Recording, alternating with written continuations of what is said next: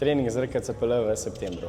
Naše ogrevanje s spikeballom in rokotenis, žično-mišična priprava in zabavni del, kar sledi.